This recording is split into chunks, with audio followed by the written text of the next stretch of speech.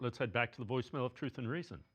I don't understand why everybody is saying Shedeur isn't our franchise quarterback when we don't even know what he can truly do if we don't give him a full season. Let's just see what we have in Shedeur before we just trade him off. Because looking at the quote-unquote data that people say that they looked at, the data says that among the quarterbacks, being pressured and taking sacks, Shedeur is one of the most pressured quarterbacks in the NFL, but he doesn't take a lot of sacks.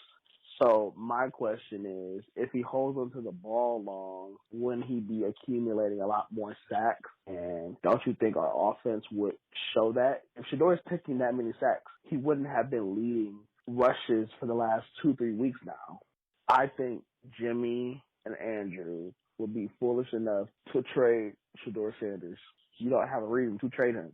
On top of it, nobody even wanted him. As always, appreciate all the voicemails. Jeff, I'm not saying that I don't want to see more of him. To say he's the franchise quarterback at this is really premature. Relative to any of the stats, you can make him say whatever you want. You can't hold the ball for over 3.5 seconds in the NFL and be a successful quarterback. I think Shedeur would probably tell you that.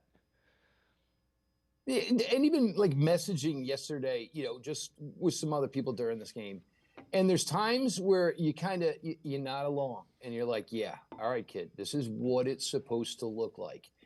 And then you'll get a 3-play stretch, a 4 out of 6 play stretch where you're just like, I just don't think it's going to get there. But to his credit, I'm not, and this is, I think, the thing where everybody gets confused. You hold 2 first-round picks. The Browns currently draft 6 overall in this draft. And then you still have another first-round pick and 8 picks after that.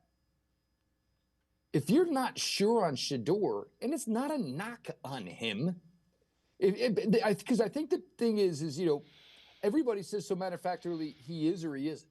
It's okay to say you're not sure. But if you're not sure, then that means you draft another quarterback. The whole point of this is to hopefully start to turn this quarterback room into a strength. We'll build an offensive line. They're going to do all these things anyway. That doesn't necessarily mean that it's for Shedeur. I'll also say this. I don't think that organization cares if it's Shedeur Sanders, a rookie, a Malik Willis, or Santa Claus.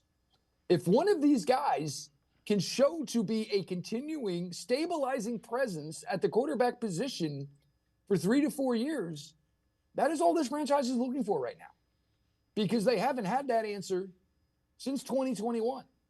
So I think people just automatically assume if you want to get more quarterbacks in here that you're saying Shedeur is gone. No, why? You drafted him in the 5th round. He got his feet wet. He's going to get a whole off season with this team, whatever the structure of it may be, which certainly that could tell some stories about where Shedeur stands or not.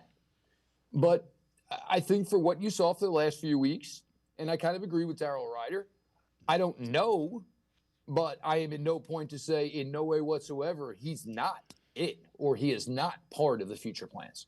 Yeah, again, I want to see more of it.